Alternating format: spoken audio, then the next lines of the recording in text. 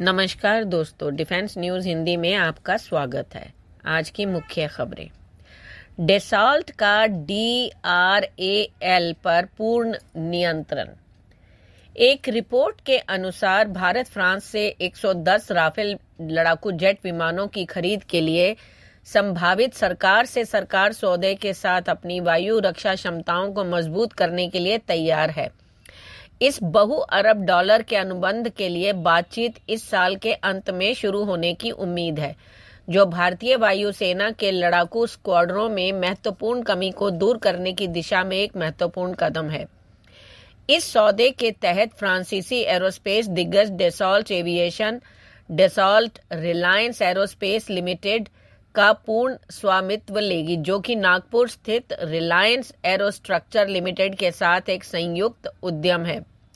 यह भारत में राफेल उत्पादन पर अधिक विदेशी नियंत्रण की ओर बदलाव का संकेत है, जबकि कंपनी अधिकांश घटकों को भारतीय कंपनियों से प्राप्त करने के लिए प्रतिबद्ध है।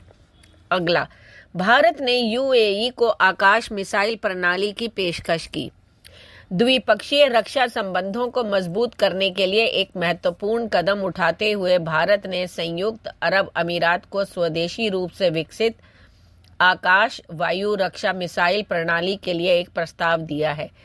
रक्षा मंत्री राजनाथ सिंह और दुबई के क्राउन प्रिंस शेख हमदान बिन मोहम्मद बिन राशिद अल मखतूम, जो UAE के उप प्रधानमंत्री भी हैं, के बीच 8 अप्रैल को नई दिल्ली में एक उच्च स्तरीय बैठक के दौरान घोषित यह प्रस्ताव भारत UAE सहयोग में एक नया अध्याय जोड़ता है। यह कदम भारत की व्यापक रणनीति के अनुरूप है, जिसके तहत यह आकाश प्रणाली, पिनाका मल्टी लॉन्च रॉकेट प्रणाली और ब्रह्मोस सुपरसोनिक क्रूज मिसाइल जैसी घरेलू रक्षा प्रौद्योगिकियों को मित्र देशों, विशेष रूप से खाड़ी और आसियान क्षेत्रों को निर्यात करना चाहता है। अगला, नेत्रा MK2 एवॉक्स 2029 तक परीक्षण के लिए तैयार हो जाएगा। भारतीय वायुसेना अपनी हवाई निगरानी क्षमताओं को बढ़ाने के लिए तैयार है, क्योंकि एयर इंडिया के पुराने एयरबस A321 विमान को उन्नत नेत्र MK2 airborne early warning and control systems यानी एवॉक्स AWACS में बदला जा रहा है। DRDO की एयरबस के सहयोग से शुरू की गई यह महत्वाकांक्षी परियोजना भारत की स्वदेशी रक्षा क्षमताओं को बढ़ाने की दिशा में एक महत्वपूर्ण कदम है। साथ ही इसके हवाई प्रारंभिक चेतावनी बुनियादी ढांचे में महत्वपूर्ण कमियों को दूर करेगी। भारतीय वायुसेना ने एयर इंडिया के 6 पुराने एयरबस A321 विमानों को नेत्रा MK2 एवॉक्स प्लेटफॉर्म में बदलने के लिए खरीदा है, जिनका इस्तेमाल पहले वाणिज्यिक यात्री सेवाओं के लिए किया जाता था। ये विमान, जो अब रक्षा मंत्रालय के अधिकार क्षेत्र में है, उनकी उपलब्धता, लागत, प्रभावशीलता और उन्हें सैन्य ग्रेड निगरानी प्लेटफॉर्म में बदलने के लिए आवश्यक व्यापक संशोधनों के लिए उपयुक्तता के आधार पर चुने गए थे। A321 एक संकीर्ण शरीर वाला जेट है, जो नागरिक विमानन में अपनी विश्वसनीयता के लिए जाना जाता है। उन्नत रडार सिस्टम, मिशन उपकरण और सैन्य ग्रेड एवियोनिक्स को समायोजित करने के लिए पूर्ण ओवरहॉल से गुजरेगा। अगला, क्या भारत का TEDBF कार्यक्रम 5वीं पीढ़ी के लड़ाकू विमान के रूप में विकसित हो रहा है? कमेंट करके बताएं।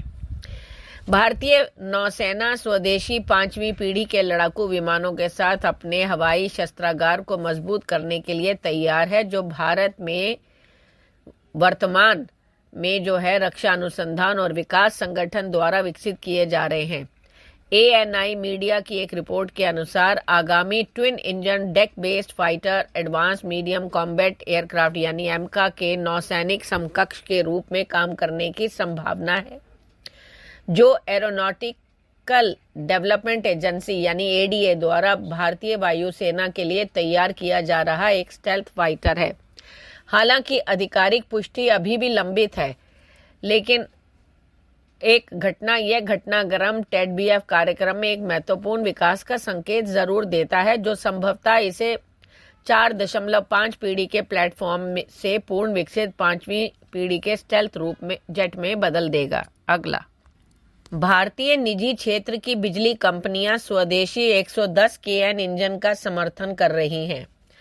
रक्षा प्रौद्योगिकी में आत्मनिर्भरता की दिशा में एक साहसिक कदम उठाते हुए Larsen and Toubro, Godrej aerospace और कल्याणी ग्रुप जैसी प्रमुख भारतीय निजी क्षेत्र की कंपनियों ने पूरी तरह से भारत में ही एक नए 110 केएन थ्रस्ट इंजन के विकास के पीछे अपना पूरा जोर लगाया है।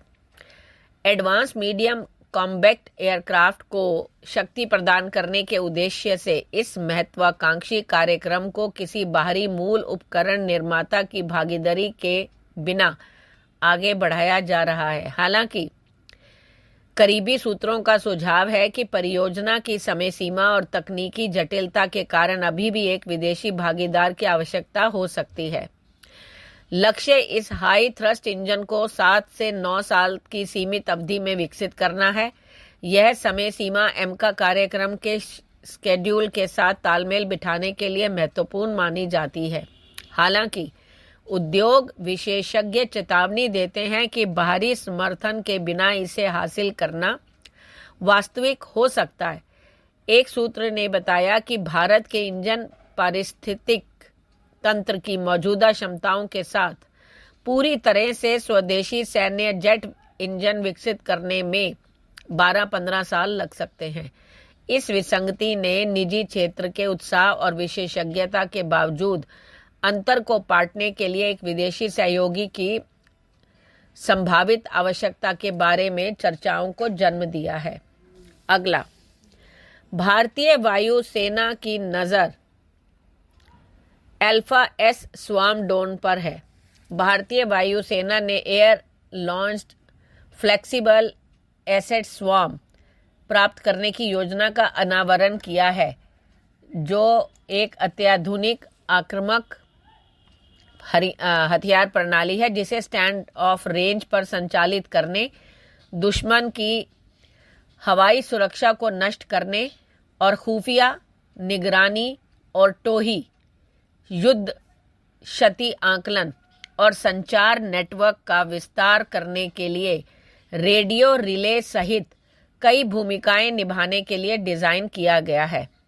यह पहल भारत की हवाई युद्ध रणनीति में उन्नत मानव रहित प्रणालियों को एकीकृत करने की दिशा में एक महत्वपूर्ण कदम है, जो आधुनिक युद्ध परिदृश्यों में परिचालन प्रभावशीलता को बढ़ाने के लिए भारतीय वायु सेना के मानव रहित टीमिंग यानी MUMT के दृष्टिकोण के अनुरूप है। धन्यवाद।